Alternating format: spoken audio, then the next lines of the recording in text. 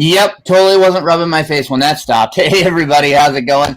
Jeff here with the Embroidery Nerd, and I'm joined by Justin Armenta from JA Digitizing Studios, as well as the Embroidery Nerd. And today we have a special, let me click on it, Digitizing 911. That was my excitement.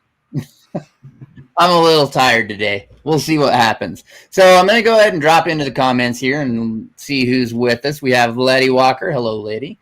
I did send that cup out for you. You should be getting that shortly. If you need a tracking number, let me know. And Daniel saying, looking forward to expanding the brain. We are looking forward to it as well. We have Jocelyn. Hello, Jocelyn. How's it going? I'm trying to read names. My everything is on that screen, that side, and my camera's on this side. So when I look over there, that's why I put Justin on that side, so it looks like I'm looking at him, but I'm not. We have Marla here saying hello. Hello, Marla. So today we have a Digitizing 911, and I think I understand all the requests as we were going, and it's a little bit, well, I guess new for us because the files that they submitted were .be and .dst, and for those of you that don't know, .be is an Embrilliance file.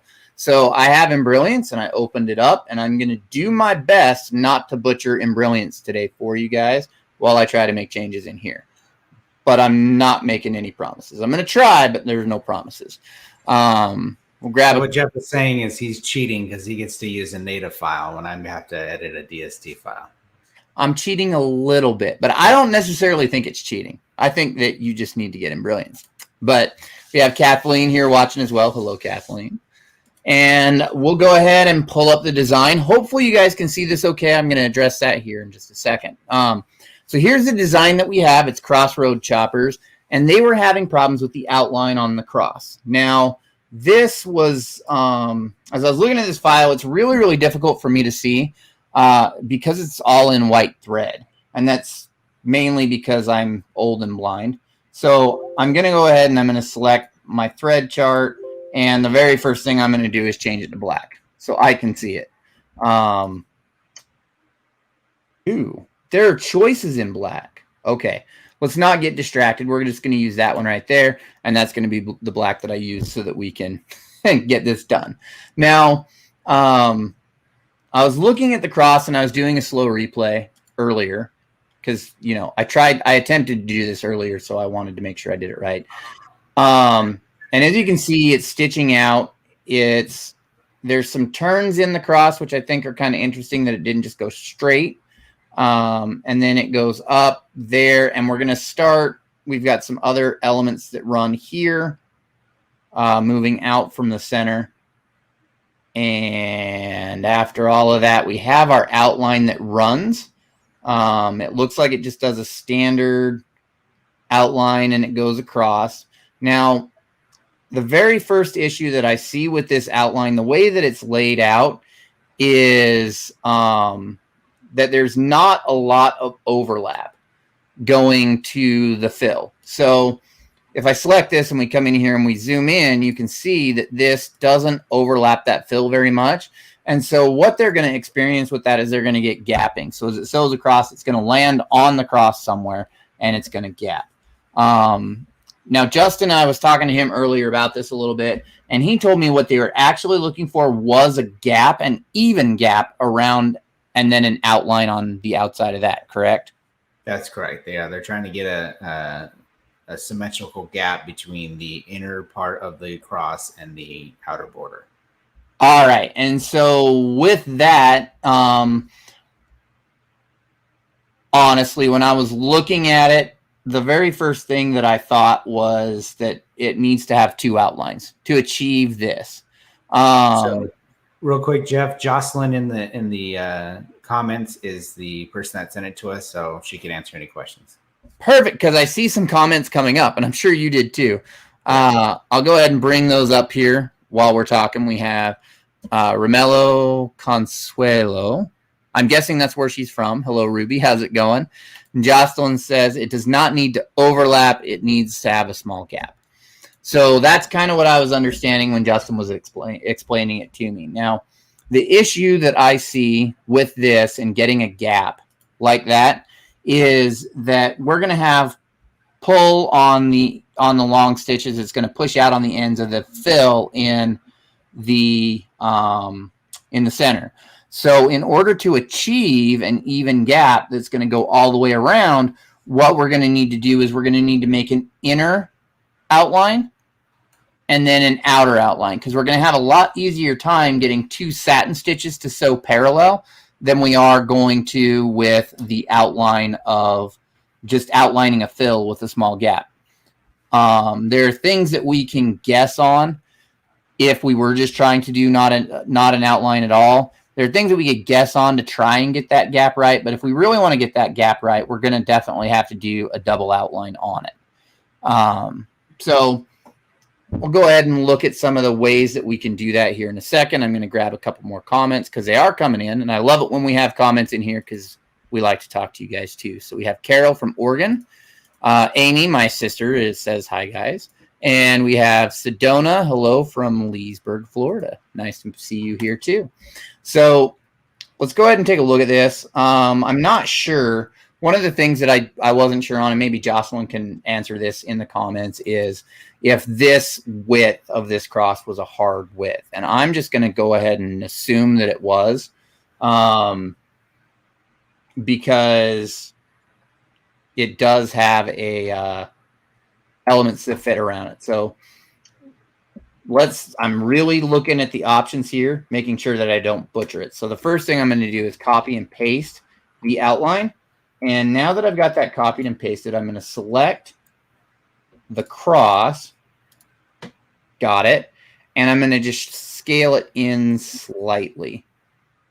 And you can see how that's not going to work because, well, maybe you guys can see. I'm not sure on that. I'm looking at it.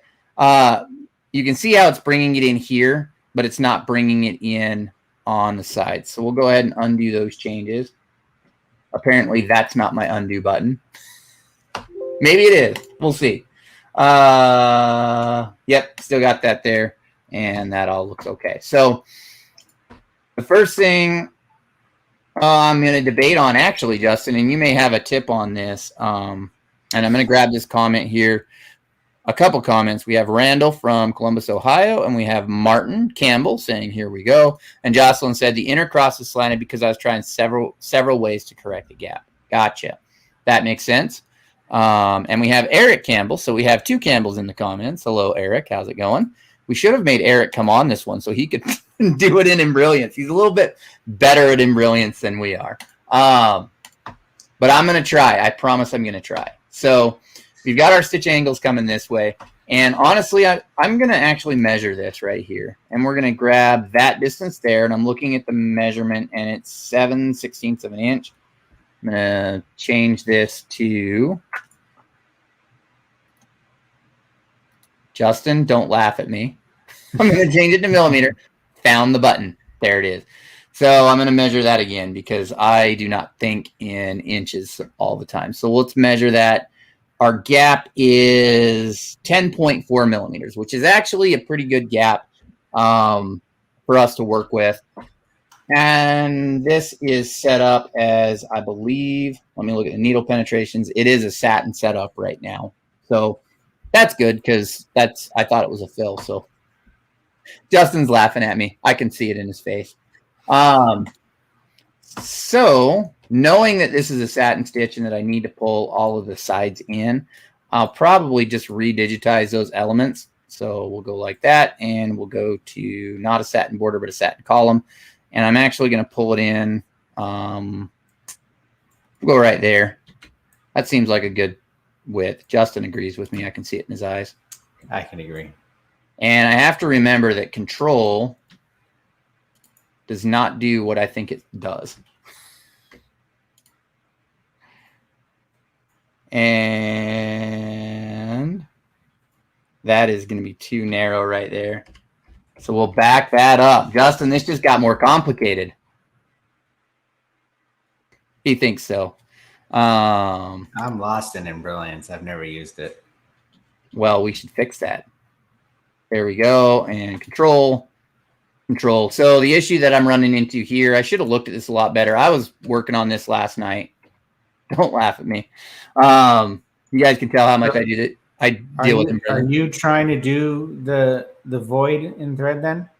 So when I initially talked about this, and I'll give you guys a hint that I talked about this with Justin previously, I was actually going to do the void in thread.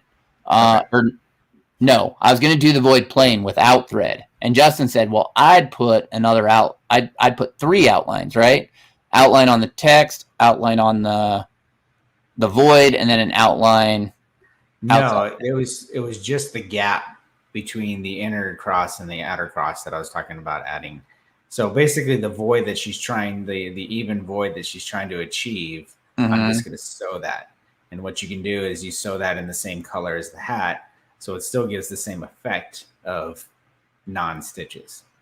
Gotcha, but you get the accuracy of putting 2 satin stitches together. Right. Gotcha. Well, I mean, Justin. Oh. So taking it that direction, we could actually do that.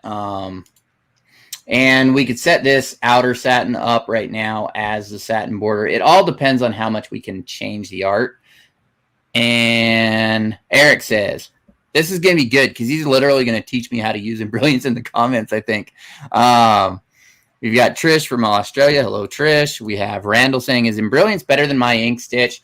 In my personal opinion, I've used ink stitch. Ink stitch is not nearly, it's not there. So I would much rather have Embrilliance than ink stitch in that sense, because you get the real-time 3D rendering of thread and the actual stitch penetration, the needle penetration calculation that you can see that you can't until you export it in ink stitch. So you could also attempt to use the expand contract tool to shrink the entire fill shape if you wanted to, but I tend to think that a super tiny gap might be better done as a stitch line, as Justin said. Yep, I'm going to agree with that because I think it would do. Justin. Eric says, lap the inner into the outer and then drop a line for the gap for sure. Yep. So yeah, this is one of those situations where it's an adjustment to a design to make it work better on a hat, and I don't think it's changing the integrity of the design. If anything,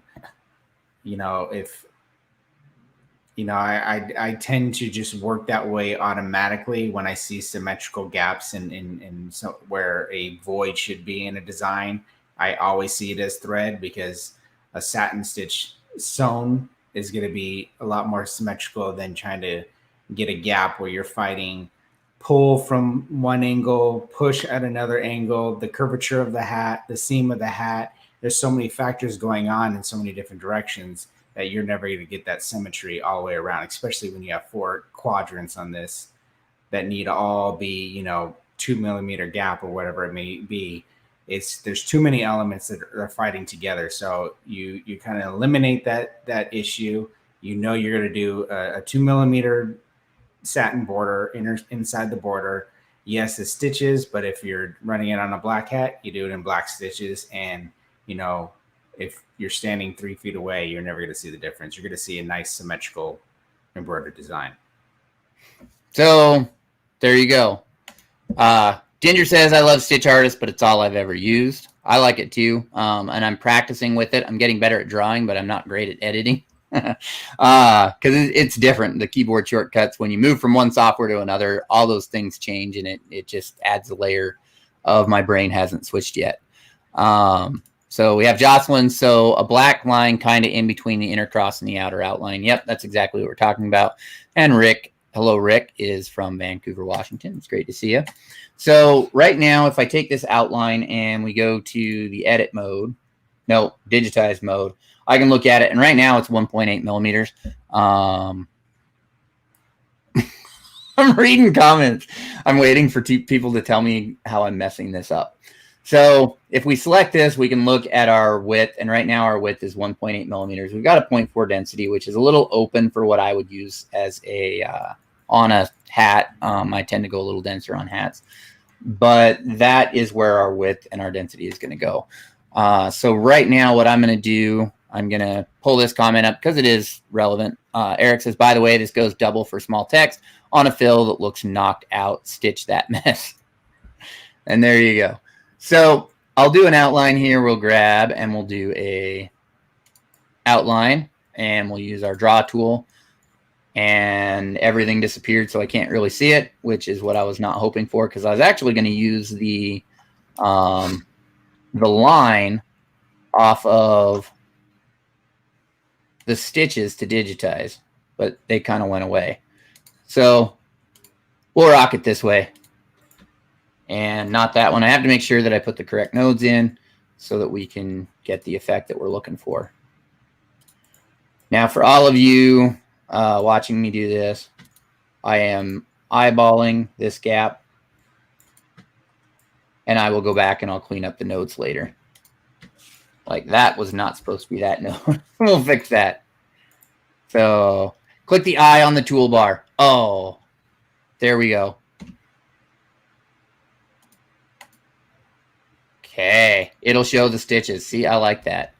So now we'll do that, we'll do that, and we've got the eye turned on, so now we can see the stitches. Spacebar to pan, that's the word I was going to use. And now we will just come right across here, and we can use this to digitize down as part of our line. So we'll go ahead and get that coming up to right about there, and come down, and there. You know, if you really wanted a class from Eric on how to use Embrilliance, I'm sure you could have just asked him. Well, I mean, I probably could have done that. The T command does the 3D like you may be used to. So I can hit the T on the keyboard to get that done, which is what I'm used to. Except on Wilcom, it's something else. I forget which button it is. I know where it's at with my finger. Merrick says maybe Eric. Okay, here we go. So Jocelyn says if you have Stitch Artist 3, you can choose outline. I do, and I need to learn how to use that better. Eric says the T command does the 3D like you may be used to, and maybe I can come back on the channel sometime. Anytime you would like, Mr. Eric. You know what time we go live, and just shoot me a message, and we will definitely bring you in. So I'm going to do that, and now I need to close the object. You wouldn't believe how long I practiced for that. And I'm going to change the width to 1.2 millimeters. And let's go ahead and take a look at what we've got here after I deselect. So now we can see that we have the inner outline. Let me find it here. That one, and I'm going to take that one. I'm going to change it back to white. And there we go. And hit OK. And that was a lot harder than it probably should have been. But I can see, like, Ginger here saying copy and paste the object and deflate. I know a lot of you guys know how to use Stitch Artist better than me. I'm working on it. It's something I watch a lot of Alicia Shaw's videos and try to learn as I go. So let's go ahead and grab some of these nodes here, because it's going to bug me that they are not straight. So I'm going to go not into Stitch Edit, of course, and I'm going to grab that object, and I can take the node and I can keyboard it over. Not that much. One too many. There we go.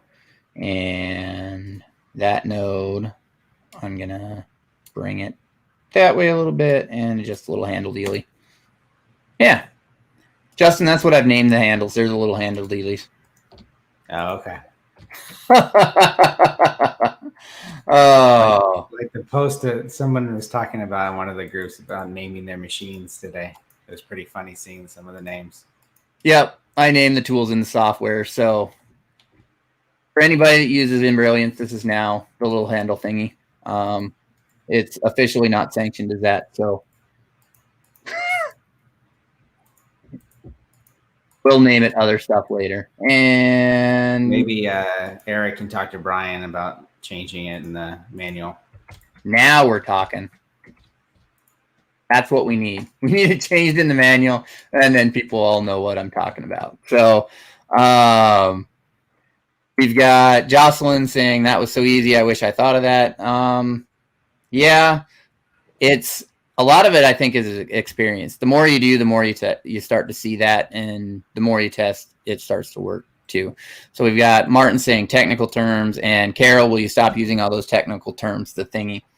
I will do my best to try not to use those technical terms. So the next thing I'm going to do here is I'm going to look at, of course, the underlay. Right now it's got an edge run, a parallel, and a zigzag, and that is too much. I want to stick with a parallel. There we go. And let's watch it sew through here real quick and see what happens. So we do our center cross, and then we're doing these elements. And there's actually, if I was going to do this, I would change the run sequence of some of this stuff to get rid of some of those trims that you've got going on. Well, I assume they're trims. We'll be honest.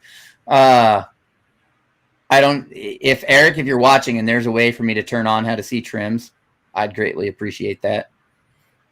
Or feature request, that's what we'll call it, a feature request. So there it runs. Now, you can see that it does these separately after it does the center cross. And one thing that I would do personally, if this was my file and I was doing that, I would get a run stitch and I'd draw it with points. And the first thing I would do is I'd come right about here and I'd zigzag up.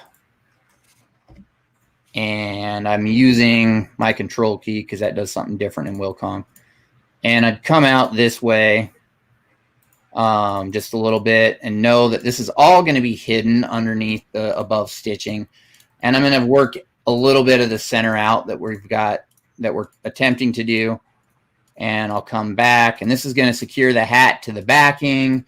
It's going to help with things not shift. But the big reason why I would do that is actually for right now. So as these objects sewn, it does this centerpiece first, and then it does all four of these legs that come out.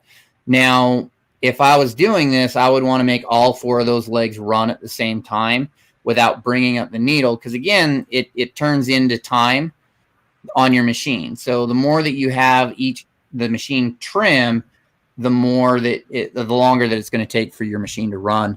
And if you can optimize it in any way, that's going to save you on production. Now, if it was one hat, I would probably run it the way it is. But if I was doing more than one hat, I would make these changes so that I could do that. And so I would come to right there. You can see where I ended, and I'd actually step over into this satin.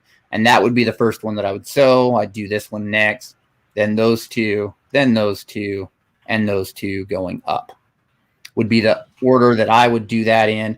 And then I would come back, I'd sew the center cross, I'd sew the white outline, because you want to make sure that when you're putting an outline on something, you want to do that as soon as you possibly can, because then you've got a better chance for it to line up, because the tension does pull things in. And I've actually measured it that that pull doesn't always happen right away. And so if you put the outline on sooner, it's going to line up better than if you sew everything and then you put it on. I think Justin maybe has a different opinion on that. But registration on hats, yeah, I break up hats quite a bit. It could be a 2-color design, and it may have 6 different color changes just to make sure that outlines and everything are going to line up and the registration works properly. There you go. I do double borders a little bit different than you. I'll show you when you're done there. I did it wrong. I'll show you the right way here. No. It's different. Oh, so I'm going to move this to first, and I'm going to actually bring that second outline. So it's going to do the first, the cross, and then I'm going to want it to do the double outline. So let me move that to, we're getting there. This was something I struggled with last night too. Don't laugh at me.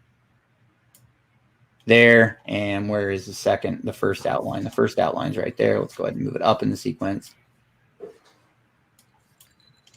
And yep, I ran into that problem yesterday. I'm still working on figuring it out.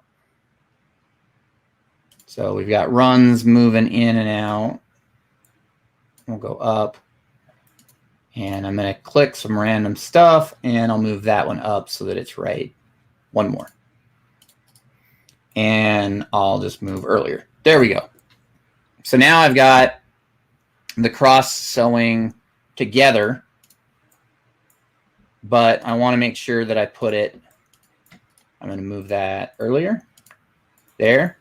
So now all those elements are sitting on top of that. The cross, I actually want to move to be before the text, which is, text starts at 36. So I want to move that 3, 4, 5, 6 below 36. And move later. Nope, that didn't work. And I can move them down. As you guys can see, I don't use Stitch Artist a lot, and I've been practicing, but this gets me a little bit. So move later, and I'm not going to make you guys sit there while I figure that part out. Oh, so basically it would go into resequencing. I would do the double outlines, and then I would do those elements there. And looking at the design here, I would probably jump. So we could run down here and we could jump in and do that line and jump back and jump in and do that line and jump back, because every one of those looks like it's going to trim. And I really wouldn't want to do this at the scale that this is sewing at. Let me move there. And that gap right there is 1.3 millimeters. At that scale, you'll see a little jump moving across, but it's not going to be something that's really going to stick in your, like, really stick out to you with as much time as you would save and trims that you would save. I'm really leery to put a lot of objects that trim that close to each other on the backside of stuff, just because of the way that those trims feel on the backside. I think it would be okay to run it that way with trims in this, but that would make me a little nervous. Personally, I don't know what Justin would do, but he'll show us here in a little bit. Romello, I need to catch on to this. Thank you. Not a problem. And Carol says, are the center lines blue? So looking at my screen, I don't see anything that's blue. I do have this inner right here, which is white. And these are, I mean, it's a digital render. I know some people, and I'm looking at him on the screen, that would be Justin. He likes to digitize in wireframe. And I like to digitize in TrueType. Eric says, if you won't cut the elements, go into create mode and right click on the element you want it after. You could paste after, or you can click on the icon object tree and drag it down. I like it. We're going to try it. Cut, and I want it to be after that. Paste. Ah. It's like he works for the company and really knows the software. So that would move that into that order. And I went down to this one here, which is set up as number 8. I'm looking at these different runs that are going there. I do need to move. I pulled one piece, this one that I want to be first. So that would be my first run, and it goes down. You can see that that goes down to that side. That works. So I'm actually just going to grab this node here, and I'll bring it right there. We'll grab here. I'm going to make sure I check the underlay. It's an edge run.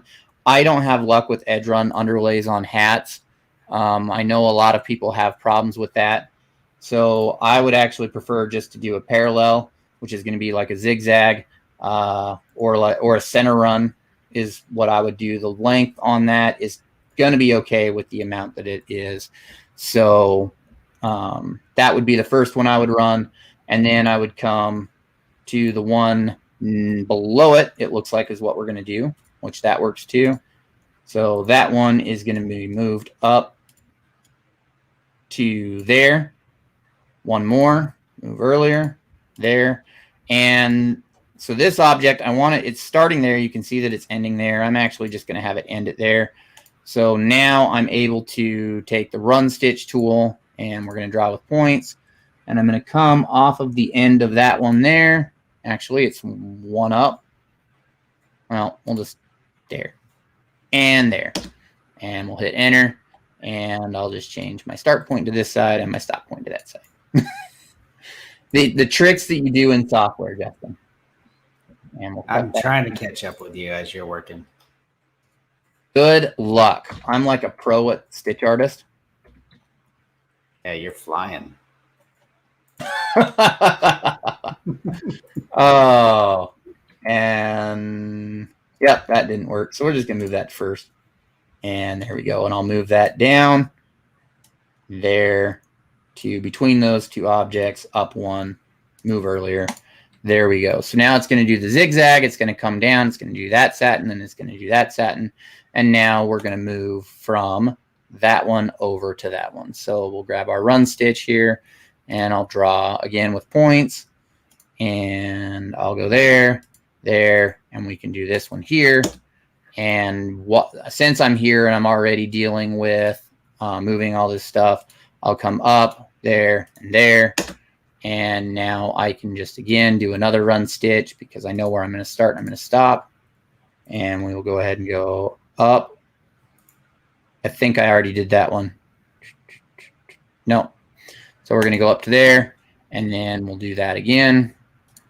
And we'll move from there to there to there. And then finally, we'll come across there to there. And I'll do that again, and we'll come there to there to there. And now we can sequence everything as we move along. So let's go to our selection here, and we'll select all those. We'll move them to the first, and I will start moving them into place. So this one's going to come after that object there, up one, move earlier, and that's going to be not that satin. Let me find it. That one, that one, that one, that one, that satin there. We'll go ahead and move him up to right there. Move earlier. And next up is going to be that one. So we can just grab him and move him up. And we need to bring that down.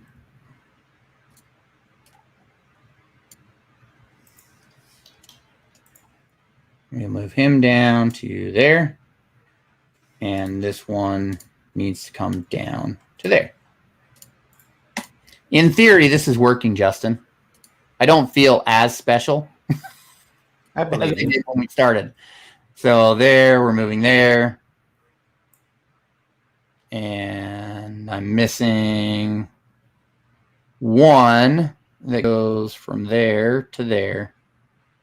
So I'll go back and catch that. And now it's pretty much just a simple resequencing. So we have Carol saying the dotted lines in the roads. So those dotted lines are the travels of the machine. So when the machine trims here, it's going to travel that way. They're not really lines that are going to show up in the embroidery. They're just showing the path that the machine head is going to take.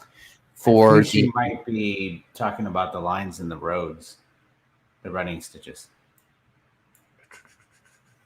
The lines in the roads, the running stitches. Oh, over here? Down the center of each, the roads that are going. These ones? The grid? No, the actual running stitches in the down the center of each road. Oh, these? Yes. They are black. Those. Yeah, those are black. So the same as the others. So we have Jocelyn. Thanks, Eric. I didn't know you could cut and paste to move. That is pretty cool. Actually, I didn't know that either. It seems such a small gap for the dotted lines. Will they be distinct? So the gap is, I measured it once. Let's measure it again. It is from there to there, approximately 1.3 millimeters.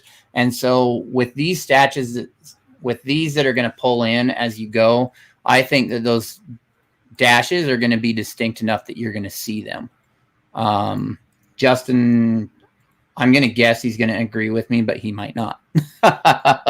And Carol says yes. So I did not realize. To tell you the truth, in Stitch Artist, it seems like TrueView is a little bit bolder than like what you see in Wilcom. So yeah, these views are pretty skewed sometimes, so it may look like there's no room or no gaps at all when in actuality it's going to be plenty. Yep, and that's why like Justin will jump from wireframe to TrueView. TrueView is nice to get kind of an overall feel of how it's going to go together, but this is going to tell you where your stitches are landing and kind of how you're going to get it. So, and Jocelyn says, yes, you can see those dashes when it sews out. And I would agree that you'd see them. I did not realize that they were roads, Justin. I thought it was crossbars with just dots going down the middle. I didn't realize that they were roads. And now I the feel name Crossroads. Yeah.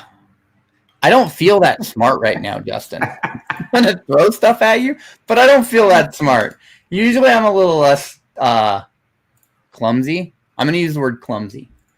Okay. It might not be the right word, but that's the word I'm going to use. So let's come up here, and I'm going to look at my lines that travel. So this is the one that moves from that satin to the one above it. There. So that one needs to come down in the order. And did I go too far? Not quite. So I'll move later and move later one more time. I try to learn Stitch Artist by watching Lisa Shaw's videos. If I haven't plugged her before, I try to learn Stitch Artist by watching Lisa Shaw's videos. They're really, really good if you guys are trying to learn to use Embrilliance. So she really knows what she's doing in this software, and would probably have been done with this whole design by now. So unsolicited plug right there. There you go. And so Eric says, it's hard to throw stuff at someone digitally. It's why we need live education. Yep, we do. Dax. No, not Dax. Fort Worth. Fort Worth. Live education. Great. We're going to have things just flying all over the place in Fort Worth. We will. It'll be so fun. You have no idea. There's that one.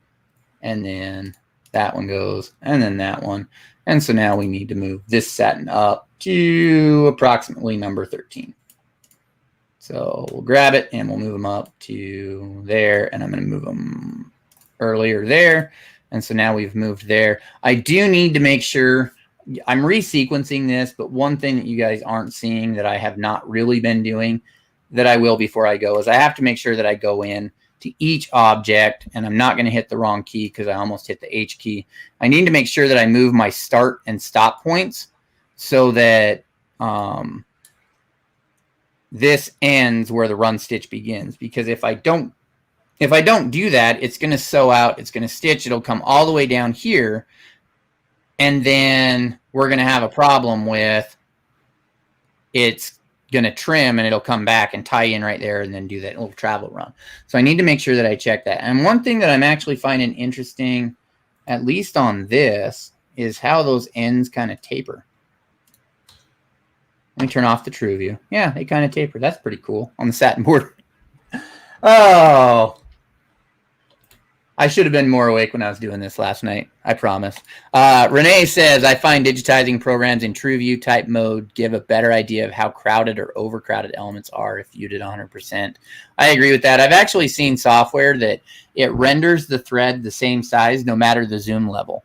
So if it's like that big on your software and you zoom in 1,000%, it doesn't scale it up like you're zoomed in 1,000%. It leaves it that big. And that, in that case, TrueView can really cause you to overdense your software. So we have questions here. Jocelyn says the 3 outlines won't be too dense on the hat. Not at all. I would not consider 3 outlines to be too much. And it's really only 2 outlines. This centerpiece is the actual cross, and then we have the inner outline and then the outer outline. So it's actually still just 2 outlines.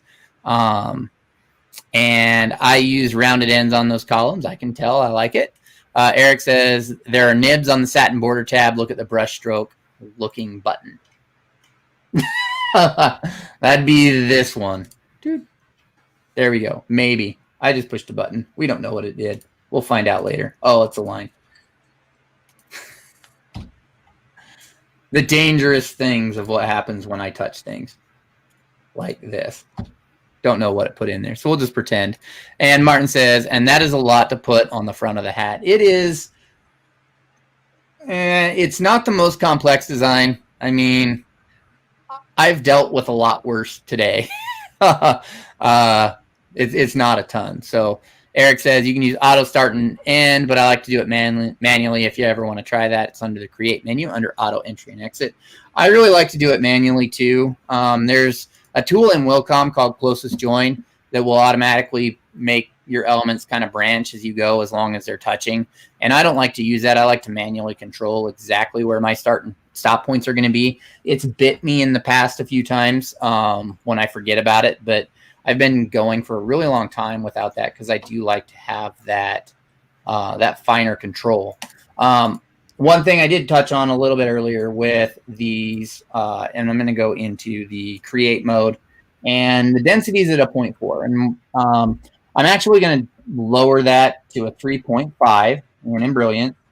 And I do that because when I stitch out on hats, a lot of times, like I can do a 0.4 density on a shirt and it'll look okay. But if I do a 0.4 density on a hat, I'm going to get, it's going to look, it's not going to be full. That's the word I was looking for. So a lot of times I'll do a 0.35 density on a hat. So Justin, whenever you're ready for me to stop embarrassing myself, I'll let you go ahead and show how you would handle this differently. Flash better. All right, give me 2 seconds here. 2 seconds. So while we give him the 2 seconds to start sharing his screen, I'll go ahead and keep struggle busting this, because I found that people like to watch other people struggle a little bit. So that one's going to need to be sequenced down to number 14. So we'll just grab him and move him. I wonder. Did not do what I was hoping it would. That's okay, though. And I'm going to move earlier there. And there we go. Now we have those two. And we're going to come to that one, which needs to be number 14. So let's grab them and move them up. And I'm actually going to grab this one and move it up. And I'll grab both of them. And nope, I can't move both of them at the same time. I mean, I'm sure it's possible. I just can't do it. Move earlier. There we go. Grab and move them. Oh, look at that. I feel like a pro because I moved two objects at the same time. That one and that one. And I'll move them both up and I'll move them earlier. There we go. So we left off with this one here. And now we're going to come across the front there. And I just realized that all three of these are in the wrong spot. Justin, you didn't tell me. Oh, sorry. I'm ready when you are. Well, now I'm determined to get all three of these in the proper spot. You're just going to have to wait a second. There, I got them where I wanted. Okay, so a lot of more work's going to go into this a little bit, but while we're there, we've got Justin's version up on the screen, and he'll go ahead and show how he will handle this. All right. So I have this broken up on screen just so you can kind of see the three different elements as far as the sew sequence that I was going to do for a hat.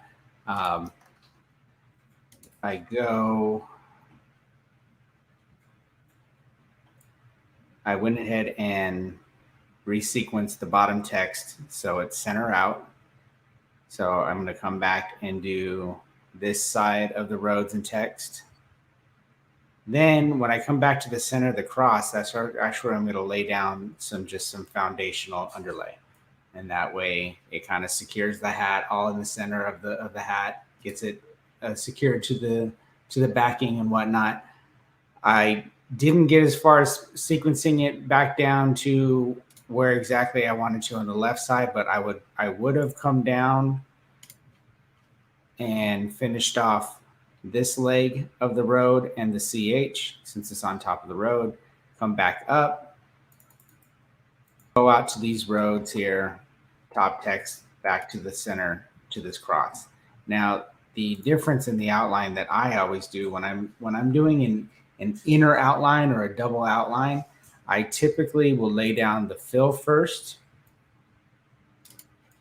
your center fill I'll typically lay down that first, then do the border, the direct outer border of the satin border of that fill. So I actually do the outer border first and then do the inner border last. And it's a couple reasons why. One, in this situation, since the design is basically going to be a quote unquote one color design, say like we're running it white on a black hat, it saves a color change. You're only going to have one color change at the very end. It's going to be the inner border. Two, I think when you're worrying about registration, if you do a fill and then you come back and do an outline, then you're going outside of that and doing another outer outline, you have too many things that need to line up perfectly for that symmetry to be there.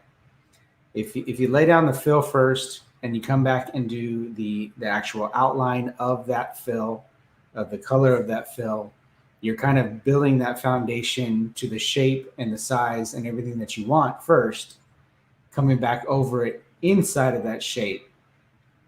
You have a little bit more play left, right, up, and down for that other outline. If there's any shift at all in that hat, it's not really visible to the eye.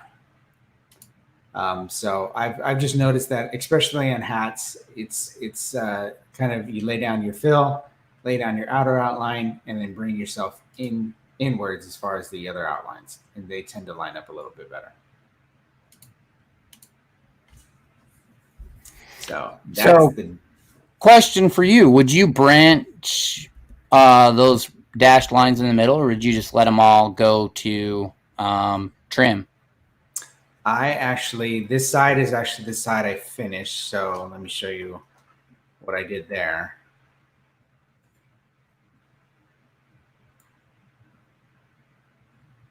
I went ahead, when I got to that side, I did branch. I just came out, ran a line down the center of that thick part of the road, stepped out, went ahead and just sewed those lines, because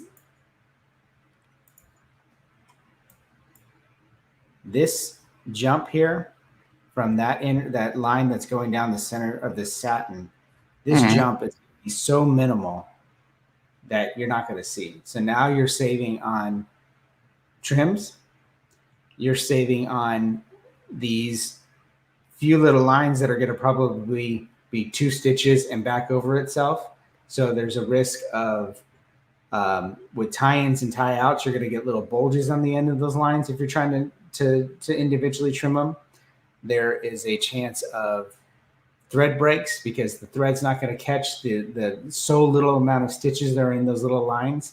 Those tend to be a little register as thread breaks. So this is going to be a lot more efficient, and to the eye, you're really not going to see these little jumps from the side of the road. So it's a little bit more efficient as far as sewing sequence than having just these. And I see that it was done on this line here, and of course the one that's tucked up underneath that cross. But these 2 center ones, you know, the whole 10 stitches, those are going to be plus trims. I think it just causes more issues than good. Gotcha. Trying to eliminate that little jump. And I'm going to we've got 4 comments here. We have Valentina. Hello, really like your videos. Thank you for sharing. Thank you for commenting and being here and watching our videos. We have Fred. I'm waiting for Wilcom Think to come out. That's the software that auto-digitized to the way I think it should have been done. Hi from Cleveland. I finally made it in. You know, I don't know if software will ever be able to replace people, because we can see things that the software can't. And we can make decisions on elements of the design that the software just looks at the design, and we can make decisions on those. Eric has some really good take-up episodes on that. If you want to check those out, he's doing the take-up tomorrow. Education Friday. We're just like the warm-up for Education Friday. Eric says, I'm with Justin. That's how I do it for production. If it showed too much, I'd sink a stitch, or I'd alternate sides in 2 runs, but I'd connect and travel under just like that. Yep, you can definitely sink stitches, very short stitches in there to get rid of it. I have had problems when I've done that in the past, that when it goes through the stitch filter, it'll pull those out. But I've figured out ways around that. We have Ginger, great idea. Justin on the jumps. Yep. Martin's agreed. Yes, sir. And Jocelyn, that makes perfect sense on those little lines in the roads. Thank you, Justin. So yeah, I'd get there eventually. I promise. I might have to sew a sample or two, but I'd get there.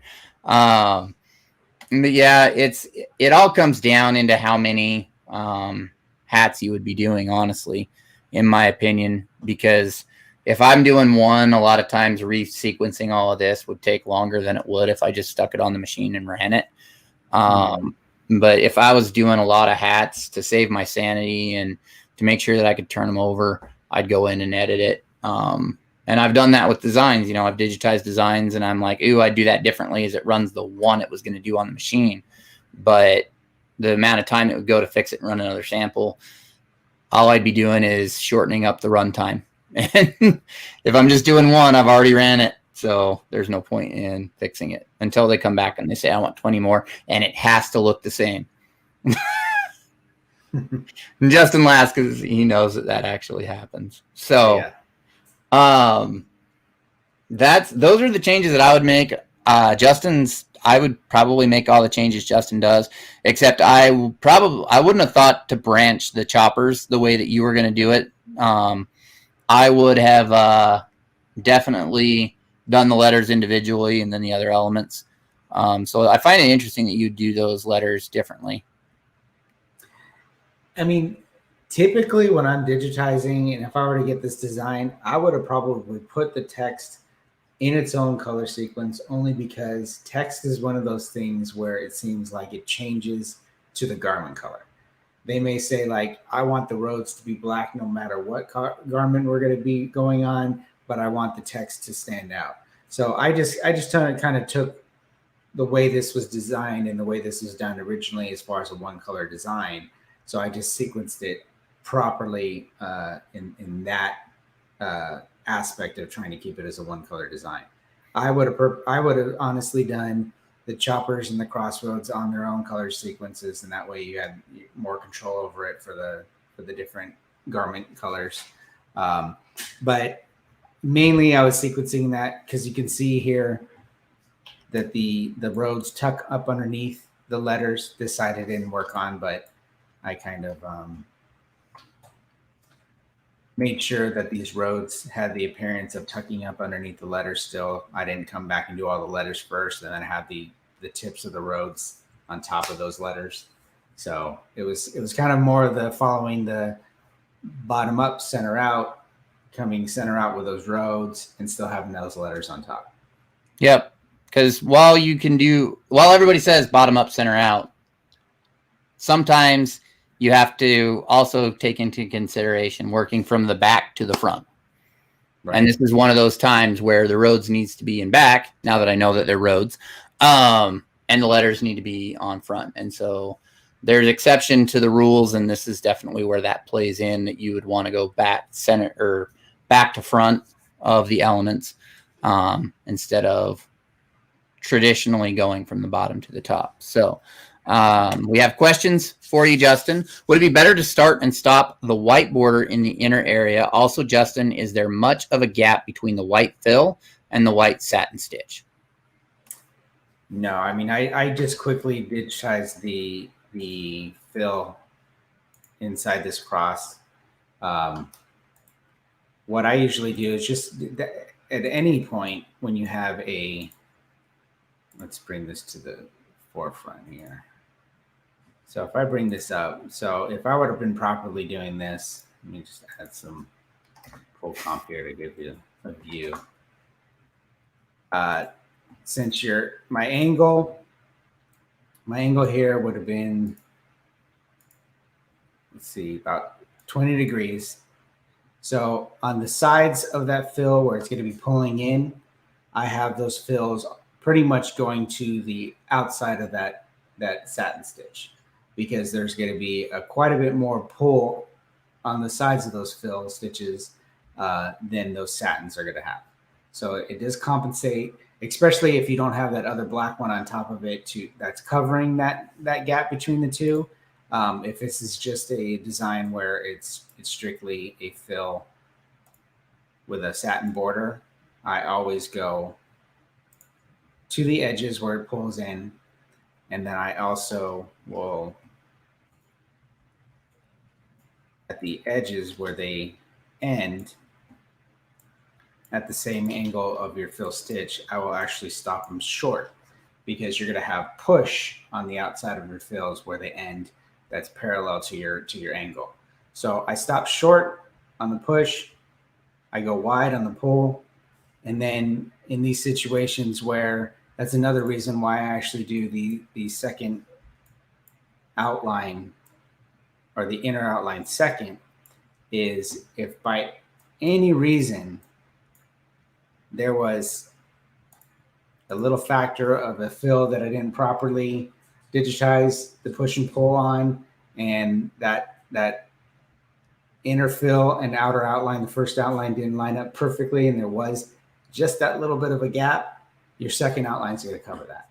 So you're kind of you're safeguarding all these things as you're building upwards, that if there's a pull here and a push here, you can correct that because you're going to be covering with this. Just like travel stitches and underlay stitches. You're not really worried about what's going up underneath the elements, because there's going to be elements on top of it that are going to be sewn. Yep. You only have to really worry about your elements that go on top when you start getting overly dense. Right. And like that'd be a fill on top of a fill on top of a fill, and now you've got a big problem. Right. And yeah, you wouldn't want to hammer like the fill with a heavy density, heavy underlay, and then that first outline you do a double zigzag underlay at a really high density. Then you come on top of it, and you have that many layers of stitches. That's when you're getting into problems. But if you have the proper settings, that it's not going to be anything that's detrimental. Yep. And so another thing that we will get to eventually, in one of the things that I noticed in the software that I was working on, it looks a little less on Justin's, is that you do want to make sure that you go in there and all of the corners on the points of the crosses, you need all of them to be uniform. They all need to be the same. Right.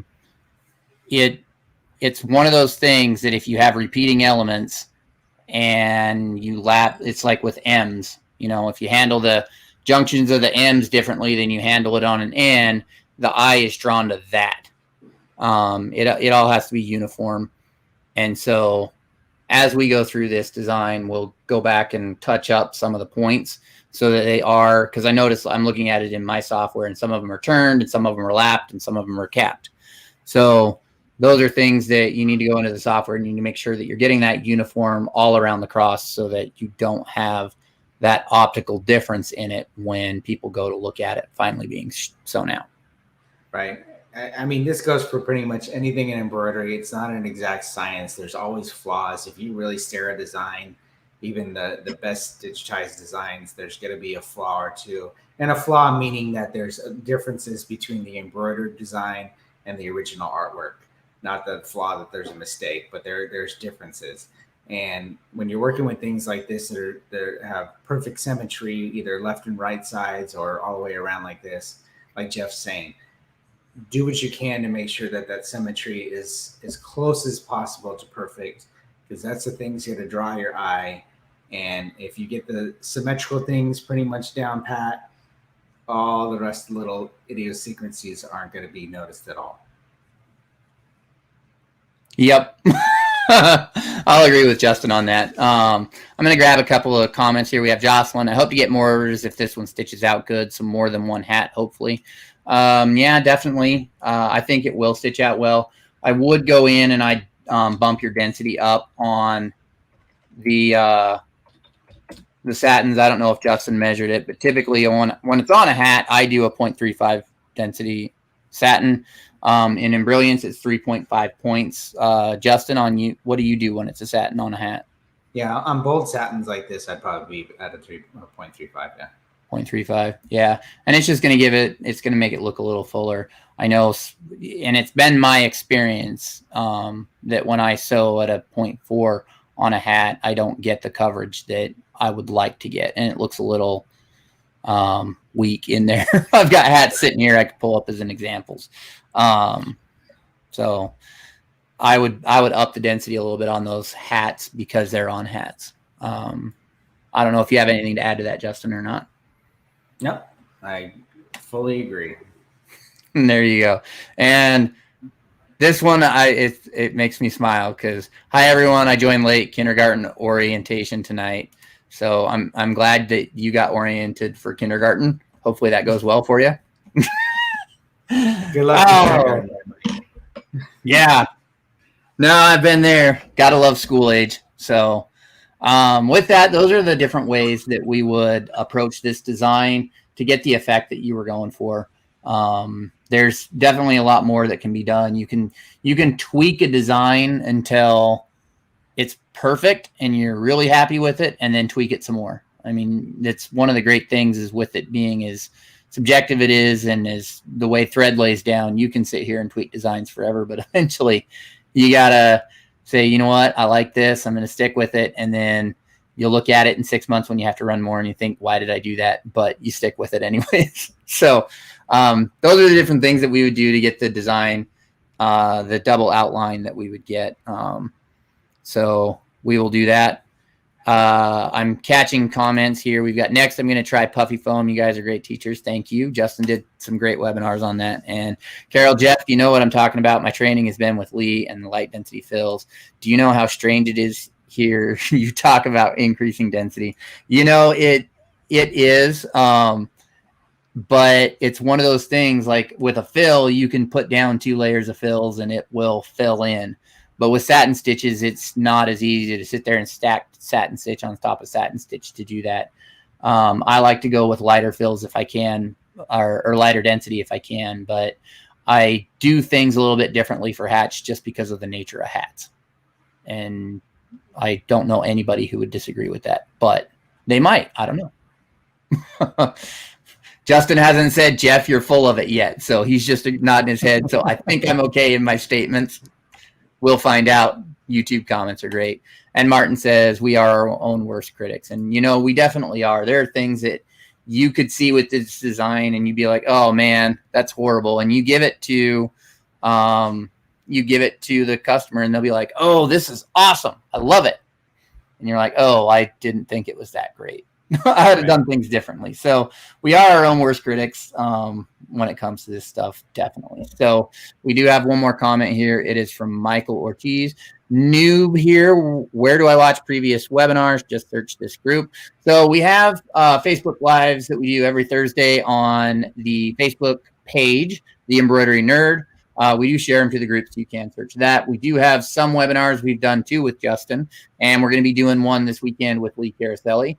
The 2 Justin have done are on 3D Puff, and the one with Lee is going to be on blending. Those, you can find links to those at the top of the group in the education. Justin made a thing.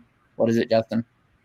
There's just a post that's pinned to the top of the group that's got both of the part 1 and part 2 of 3D Puff. It's in the embroidery group.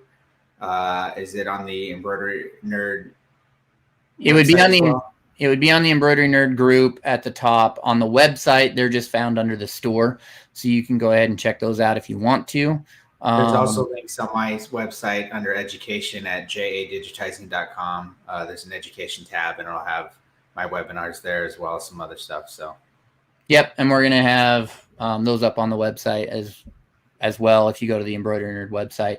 I am horrible about adding the lives to the website, but I'm trying to get better at it and do more with the website. So with that, I believe that we've covered everything that we need to on this design. If you guys are having problems with your design, you can go ahead and send those to info@theembroiderynerd.com and make sure you put in there that it's digitizing 911, and we'll take a look at it. And if it looks like a good candidate, we can explain some theory and topics on, then we'll go ahead and bring it on here.